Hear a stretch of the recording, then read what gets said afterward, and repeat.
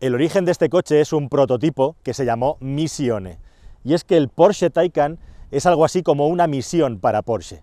Una misión porque es el primer coche eléctrico de la marca de la era moderna, prácticamente unos 130 años después de que Ferdinand Porsche desarrollara sus primeros coches eléctricos en el siglo XIX. Es una misión porque es el primer vehículo eléctrico de Porsche y tiene que ser tan bueno, al menos, como son el resto de Porsche. Y también una misión en el sentido de que Porsche es la máquina de hacer dinero del grupo Volkswagen. Y este coche es, por encima de todo, un gran negocio para la marca, o al menos eso quieren que sea. Las dimensiones exteriores del Taycan son muy fáciles de explicar redondeando, porque son casi 5 metros de largo y casi 2 metros de ancho con poca altura. Es una especie de mini Panamera. Está lleno de detalles interesantes, como la forma de abrir las dos compuertas, a la izquierda carga alterna, a la derecha carga por corriente continua, con este sensor que abre y cierra la compuerta de una manera muy elegante y suave. Ahí tienes el detalle del cargador CCS. Y una vez más, 11 kilovatios, la carga alterna máxima que admite este coche, 225 en el caso de la batería pequeña que llevaba este Taycan. Los tiradores enrasados, como hemos visto ya en modelos de Tesla, se ha puesto de moda para mejorar la aerodinámica. Se abren y se cierran cuando activas el mando a distancia, la apertura y cierre remota del vehículo. Los asientos, sencillamente magníficos, por sujeción, por comodidad, por cómo te envuelven y por tamaño puedes encontrar los reglajes necesarios para conducir con la máxima comodidad. Austeridad total en lo que se refiere a los pedales, ya ves, pero un buen espacio para colocar el pie izquierdo, pedal articulado y freno en este Taycan 4S, que la parte, digamos, menos vistosa la tiene en esa parte y en las puertas, como puedes observar. Asientos traseros con suficiente espacio para alojar a 2 personas.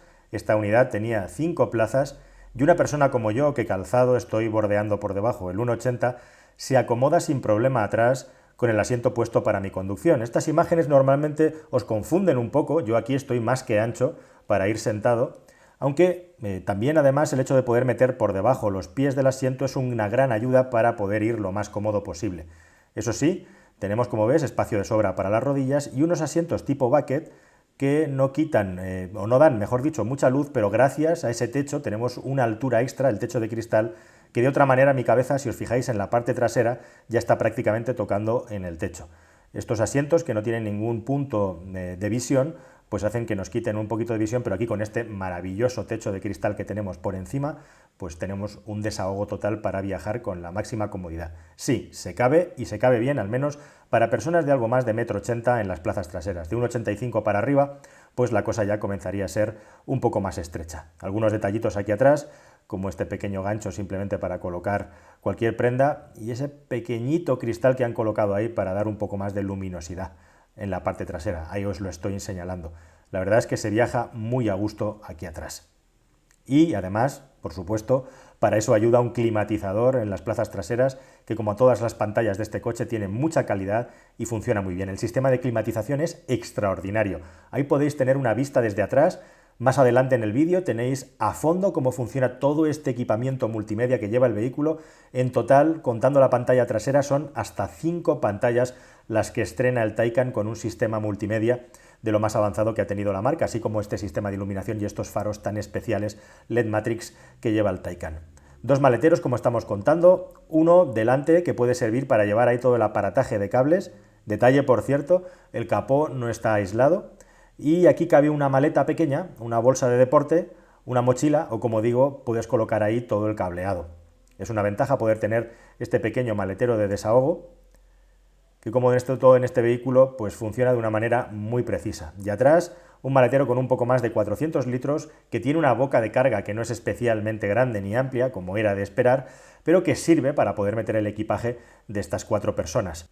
Podemos abrirlo pulsando el botón o con el mando a distancia, simplemente le damos al botón correspondiente y aquí veis el espacio y la boca de carga que queda. Lo que llevo ahí son distintos cargadores, distintos tipos de cargadores que nos van a ayudar a poder recargar el vehículo pues en muchas determinadas circunstancias. Ahí llevo el del Schuko, por cierto, que es una maravilla la pantalla que tiene y que, bueno, para dormir en lugares donde no había puntos de carga, pues siempre viene muy bien tener uno para que el coche, siempre que pueda, esté cargando cuando esté parado en esta trampilla va muy bien también para colocar esos cargadores accesorios. Igualmente también tiene un accesorio para cargar en ZTAG, en trifásica, algo que parece que está de moda, pero en un taller, por ejemplo, o en una nave, nos puede servir para conseguir unos kilovatios extra respecto a un Shuko. Es un vehículo que, al ser muy ancho y bajo, parece más pequeño de lo que realmente es. Es curioso cómo este músculo que tiene, su estética, contiene las dimensiones, al menos desde el punto de vista psicológico, visual del vehículo. Es un vehículo pesado, muy pesado, como la mayoría de los coches eléctricos que tienen una batería tendiendo a grande. En este caso tenemos el más frugal de todos, el más liviano, la batería Performance, que tiene 71 kWh de capacidad real frente a 79 brutos, frente a los más de 93 brutos que tiene la Performance Plus. No es el caso. Así que este es el que tiene la batería más pequeña y por lo tanto el que menos debería de consumir. Justamente para eso, para ayudar a reducir el consumo, una de las cosas más interesantes del Taycan es la línea que tiene, la aerodinámica. Gracias a que no hay grandes entradas de aire, se puede trabajar muy bien reduciendo el arrastre e igualmente carenando el suelo. Incluso los tiradores están enrasados. Este coche tiene un CX de 0,22, lo cual le da un SCX, un coeficiente de penetración al final extraordinario para un vehículo de estas características, lo que es fundamental para ayudar a contener el consumo e igualmente para que sea un vehículo que retiene muchísimo la velocidad cuando levantas el acelerador a alta velocidad, y ese avance también es ahorro de combustible. Pero hay que tener muy claro que el Taycan no está pensado para el ahorro, y si no te lo crees, aunque ya es fácil de imaginar, déjame que te enseñe un detalle del coche. Con unas 265, 35, 21 delante, y aquí detrás unas 305, 30, 21, este juego de llantas opcionales, que como veis dejan los enormes discos y pinzas de freno a la vista, no son desde luego algo que esté pensado para ahorrar combustible, más bien al contrario. Para los que quieran arañar ese kilovatio hora de consumo, hay una versión, la de serie, que lleva unas llantas lenticulares, todo lo contrario, tapando el máximo de espacio, que van a ser más apropiadas para eso, aunque realmente en un coche como este, que no está pensado para ahorrar, no merece la pena, porque se pierde también, lógicamente, en refrigeración de los frenos, algo que, como vais a ver, es una cosa de la que este vehículo va sobrado. El aspecto diferencial desde el punto de vista de modelo eléctrico del Taycan es su arquitectura de 800 voltios, el doble de la del resto de vehículos eléctricos que hay en el mercado. Porsche, en lugar de añadir más peso a base de añadir más kilovatios hora con la tecnología que hay hoy en día de baterías, ha decidido aumentar la tensión. Duplicando la tensión se puede aumentar la potencia también al doble, sin tener que aumentar la intensidad. Esto tiene ventajas muy interesantes desde el punto de vista de que no hace falta añadir cables más grandes y más pesados para recargar el coche y para reforzar su sistema de carga. E igualmente también influye en que en los cargadores no hace falta que sean refrigerados para llegar a los niveles a los que llega este coche. Porsche, definitivamente, ha preferido que la recarga del coche sea más rápida, especialmente en el futuro cuando haya más puntos de este tipo disponibles de alta velocidad de carga, que no llenar el coche con más de 100 kWh de batería, lo que hubiera redundado en un peso superior. Con esto además, este vehículo puede cargar en los puntos de carga que hay hoy en día disponibles, pero en el futuro, además, dentro de 5 o 10 años, el Taycan no se habrá quedado obsoleto en lo que se refiere a la velocidad de recarga. En los puntos más potentes que hay hoy en día, entre 250 y 350 kilovatios de potencia, un Taycan que llegue con un 15% de batería puede llegar al 80% de recarga en menos de 20 minutos. El resultado inmediato, efectivamente, es que ahora mismo no hay ningún vehículo en el mercado que sea capaz de admitir cargas tan rápidas como este. En esta versión básica, entre comillas, con el motor de 530 caballos, tenemos una capacidad de carga máxima de 225 kilovatios de potencia asumidos, y en el caso de las versiones Turbo y Turbo S alcanza los 270 kilovatios. Próximamente hay una actualización, pero parece que de momento no va a aumentar. En cualquier caso, Porsche ya ha anunciado que la arquitectura eléctrica de este coche va a ser capaz de asumir hasta 350 kilovatios de potencia, lo cual va a hacer que prácticamente en menos de 20 minutos tengamos la batería cargada hasta el 80%, independientemente de cuál sea la carga que tenga en ese momento. La cuestión es que específicamente en España y de momento hay muy pocos lugares en los que podamos cargar a más de 150 kilovatios de potencia. Por eso Porsche va a poner un turbocargador, que es como ellos le llaman a los cargadores de alta potencia propios, de 350 kilovatios en cada uno de sus puntos de venta, van a ser en total 24. Pero lógicamente esto no es suficiente. En España tenemos aproximadamente 12.000 gasolineras. Imagínate que de repente se eliminaran todas y dejáramos solo 24. Esto limitaría mucho las posibilidades de movimiento, al máximo. Así que evidentemente va a haber más puntos de carga donde este coche pueda cargar a esas velocidades. Cualquier punto de carga es válido, obviamente. Actualmente hay varias compañías eléctricas y energéticas que están trabajando en puntos de carga rápidos de 150 a 350 kilovatios. Está igualmente la red Ionity e igualmente los cargadores en destino, es decir, restaurantes, hoteles, etcétera, lugares especialmente de pernoctación donde no vas a poder cargar a esas potencias, pero sí vas a poder cargar la batería por una cuestión de horas de estar enchufado. Con eso, poco a poco, la red de puntos de carga rápidos de 150 a 350 kilovatios se va a ir extendiendo, pero a fecha de hoy, el coche tecnológicamente está muy por delante de la infraestructura de carga que va creciendo poco a poco.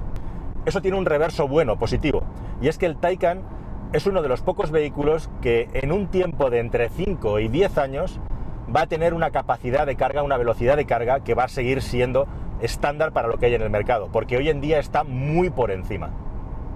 Por supuesto, el Taycan puede cargar en cualquier otro punto de carga. Yo en mi recorrido que he hecho para llegar a mi carretera de montaña de referencia tenía puntos de carga de 50 kilovatios, no de 150 o de 350, y esas a la potencia a la que he cargado. Pero hay un matiz ahí no muy conocido que se vuelve en contra del Taycan. Y es el asunto de que precisamente por tener una red de 800 voltios, la inmensa mayoría de los puntos de carga, por no decir todos, que tienen 50 kilovatios, que son los más habituales a día de hoy en España, están preparados para 400 voltios.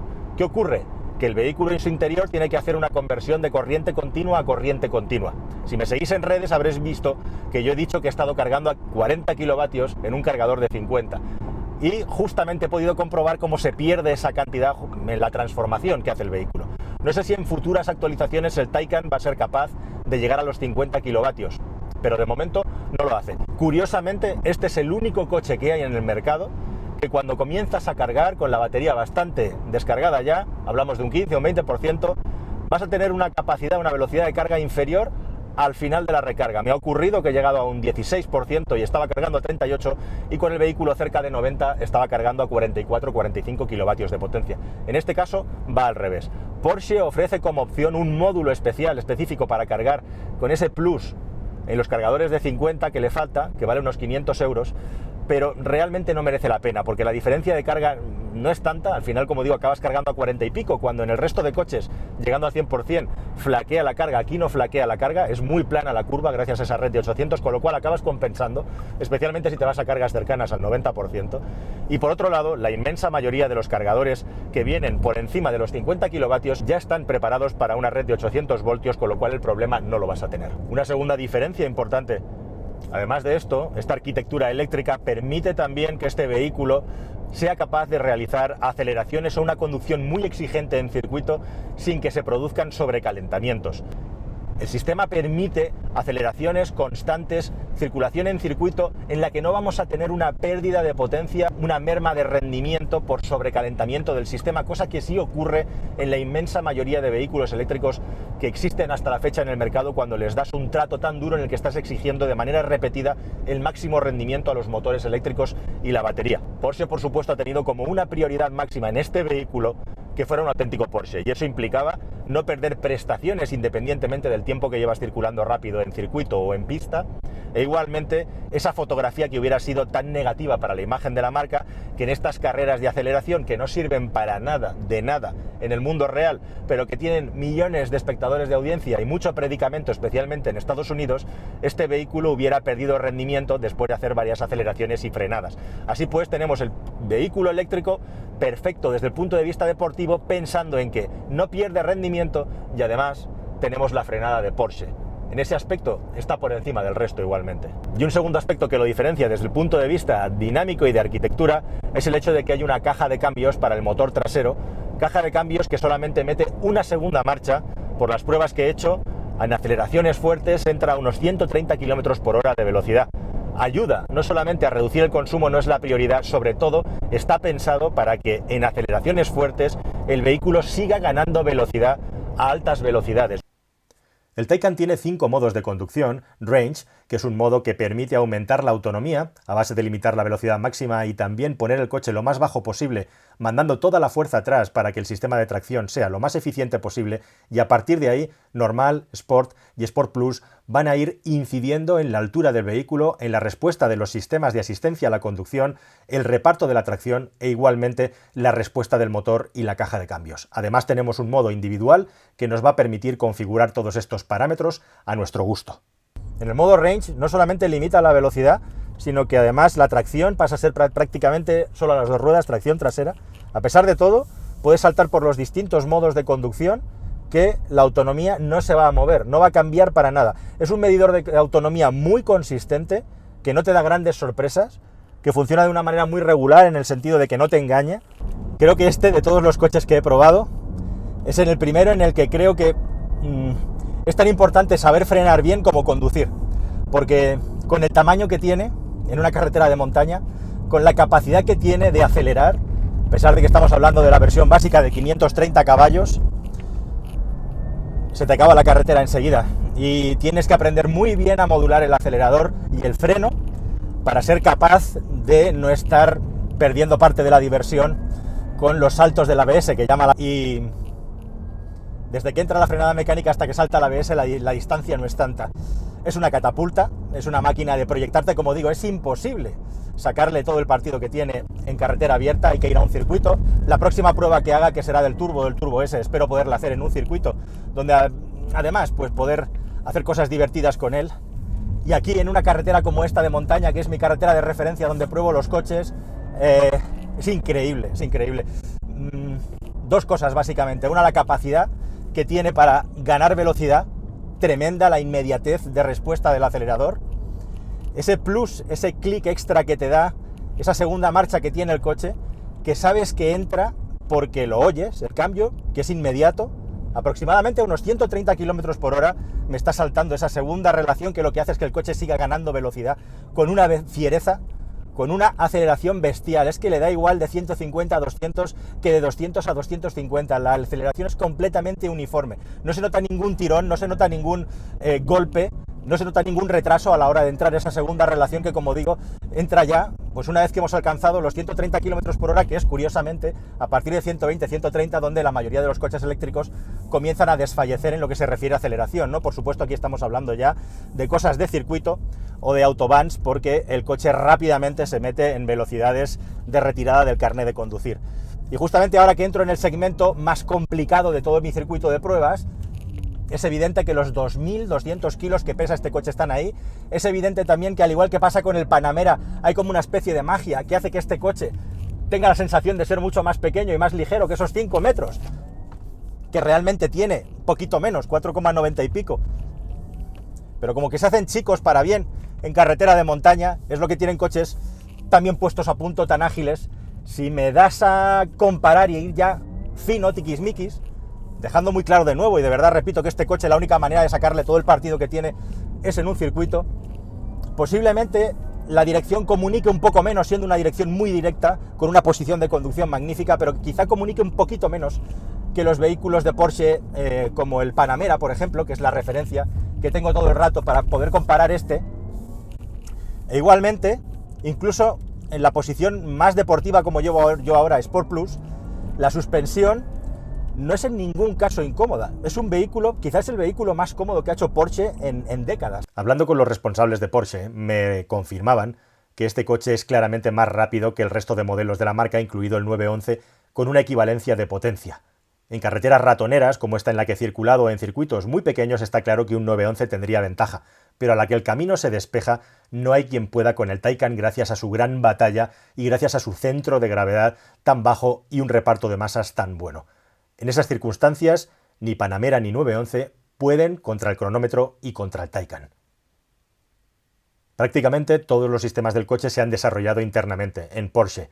Una de las sofisticaciones que lleva es esa caja de cambios de 2 velocidades que le permite seguir ganando aceleración mucho más rápido que otros vehículos una vez que ya vamos a alta velocidad. Se ha desarrollado en colaboración con Rimac, la empresa del emprendedor croata de la que Porsche tiene ya el 15% del accionariado. Se me acaba la carretera. presume de ser el coche que tiene más capacidad para regenerar, hasta 265 kilovatios de fuerza para regenerar energía. Pero toda esa regeneración de energía aquí no se hace a través de levas en el volante ni de distintos modos. Para Porsche eso no tiene mucho sentido. Toda la regeneración de energía viene a través del pedal de freno, algo a lo que no estamos habituados en los vehículos eléctricos y que es un detalle que marca también la diferencia en este coche respecto a otros coches eléctricos. Aquí el juego de la regeneración energética la haces con el pedal de freno, como en un vehículo deportivo, para no estar perdiendo tiempo en configurar cosas o en estar tocando acelerador, freno, acelerador, freno, acelerador, freno. Dos cosas más, hablando de frenos.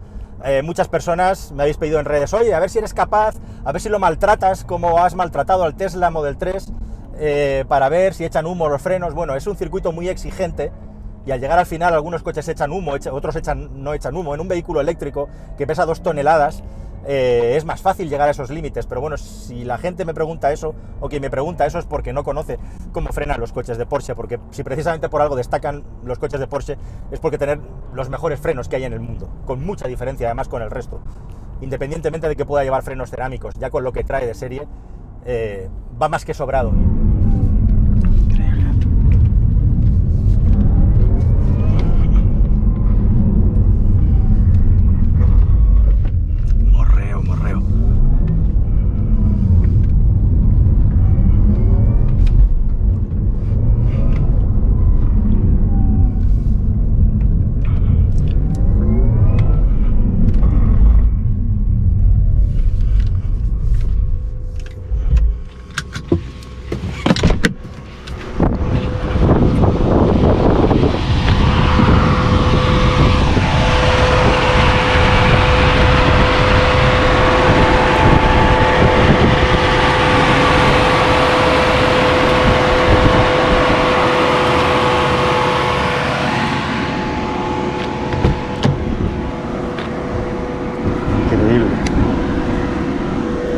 Increíble experiencia. Bueno.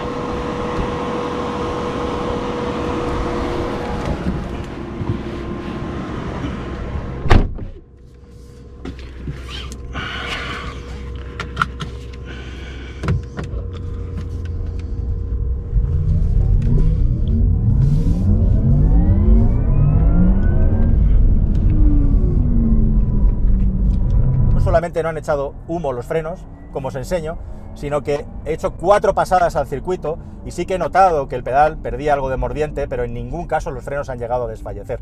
Y eso a pesar de que es un vehículo con 2.200 kilos de peso, lo cual tiene mucho mérito. Y si se quiere buscar la máxima eficiencia en conducción, hay que poner el coche en el modo Sport Plus, que te lo va a bajar al máximo, que va a cambiar los controles electrónicos para retrasarlos un poco en su entrada, que va a mejorar la distribución para que el vehículo sea más dinámico en el cambio de tracción trasera a tracción delantera, con objeto de inscribirlo mejor en las curvas. A pesar de eso, en curvas muy cerradas, muy lentas, evidentemente las leyes de la física siguen aplicando aquí en el suelo, a pesar de que vamos pegados a él y el coche acaba morreando un poco. Pero por lo demás, es el mejor vehículo eléctrico a nivel de comportamiento dinámico que he probado hasta el momento, y posiblemente el mejor vehículo eléctrico para disfrutar por una carretera de curvas que existe hoy en día, y creo que Porsche todavía tiene margen para sacar cosas más brillantes que esta todavía cuando saque coches más pequeños. Vamos a buscar la entrada de la segunda relación. Ahí. Y es que, como digo, es muy importante el sonido, el generador de sonido, porque es muy fácil perder las referencias, no suena nada, no se oye nada en el interior y es muy fácil perder las referencias y acabar comiéndote una curva si no vas muy atento a la conducción por una pura cuestión de despiste. Y bueno, en estas circunstancias de conducción, pues nos acercamos a los 85-88 kilovatios hora de consumo, sin noticias de ningún tipo de sobrecalentamiento de la batería. Consumo, por cierto, que no es superior al de otros vehículos eléctricos llevados a esta velocidad y a este ritmo. Curiosamente, cuando le pides al máximo y cuando exiges a nivel de temperatura todos los componentes, al final el consumo es incluso inferior del que puede tener un vehículo eléctrico ya con sus 350, 400, 500 caballos de potencia. Y bueno, qué decir de la posición de conducción, ya me veis, muy bajo, centro de gravedad muy bajo, perfectamente posicionado frente al volante, un volante típico de Porsche, con el manetino para los distintos modos de conducción. A los 4 que os he contado hay que añadir el modo individual, por supuesto, en el que tú puedes configurar todos estos parámetros a tu gusto, tacto de los distintos elementos de respuesta del motor, dirección, etcétera, más los 4 modos de conducción que os he explicado.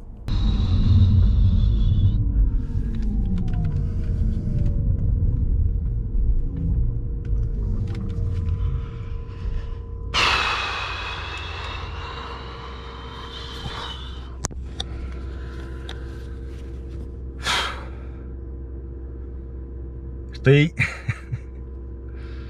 exhausto, asombrado, impresionado. Es tremendo, es tremendo. Es tremendo cómo se puede llevar una máquina como esta por una carretera tan estrecha. Las leyes de la física están ahí, hay límites, se notan las inercias, se notan los morreos en curvas muy cerradas, muy lentas. Es mucha inercia la que tiene este vehículo, muchísimo peso el que frenar. Me salta el ABS antes de tiempo, seguramente también, porque la modulación de la frenada no es tan precisa como en otros Porsches que son absolutamente extraordinarios. Aquí hay mucha frenada regenerativa y cuesta modular un poquito más el punto en el que entra la frenada mecánica y a continuación el ABS. Es imposible mover el coche en estas curvas de la trasera porque me falta espacio para poderlo hacer con sus 5 metros y la anchura que tiene, pero es impresionante el paso por curva y te das cuenta lo importante que es el sistema de generación de sonido para saber exactamente, para tener una referencia de lo que estás acelerando, corriendo, porque es muy fácil pasarse de velocidad con lo que corre esto, con la suavidad y la facilidad con la que lo hace. Ahí están las inercias. La comunicación del volante a lo mejor es un 90% de la que tiene un Panamera, está muy a la altura, muy cerca del Panamera, y las aceleraciones son inmediatas. Al final seguramente en una carretera de curvas acabas haciendo mejor tiempo que el Panamera por cómo acelera el motor, ¿no? Tremendo, tremendo. Tengo que digerir todo esto. Impresionante.